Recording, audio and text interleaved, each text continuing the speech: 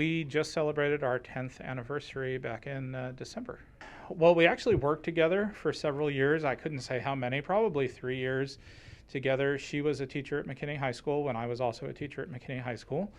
And we got together my last year there in a rather awkward way. I accidentally commented on one of her Facebook posts. Yes, I'm old, but Facebook back then wasn't quite the old people thing that it is today. But I accidentally commented on like an old Facebook post. Because, when you become friends with somebody on a social media platform, sometimes it feeds you old content that they've posted.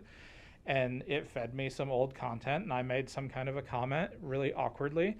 And she replied, and yeah, that's pretty much how that went. I actually asked her out on Facebook Messenger. She taught journalism, primarily broadcast journalism, but also print, and then eventually did yearbook. And I've taught physics.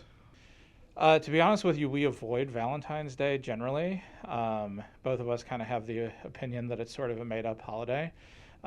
We celebrate, we call it our holiday season, but it kicks off with Thanksgiving, and then we have our anniversary in early December, and my birthday and Christmas, and then first date-iversary, we call it, is in February. And then my daughter's birthday and her birthday also in February, so that's kind of our holiday season. Since we've had our child, we haven't traveled that much.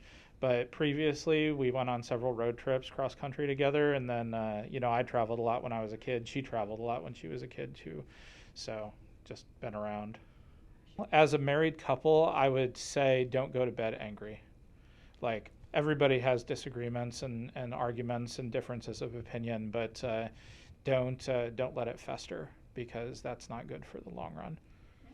Well, honestly, our 10th anniversary that we just celebrated, we took a trip out to San Francisco, which I'd never been to California, one of the few states that I hadn't been to, and it was amazing. So I would say that is definitely a recent formative experience. But one of the things that's been most impactful, my wife spent her middle school years in Alaska. And so she kind of grew up there, you might say. And her family used to go back frequently, and I've been with them twice, and just amazing place, beautiful and just serene, very peaceful. So I don't know if I'd like it in the winter, but yeah, that's probably my fondest memories of our time together probably come from Alaska.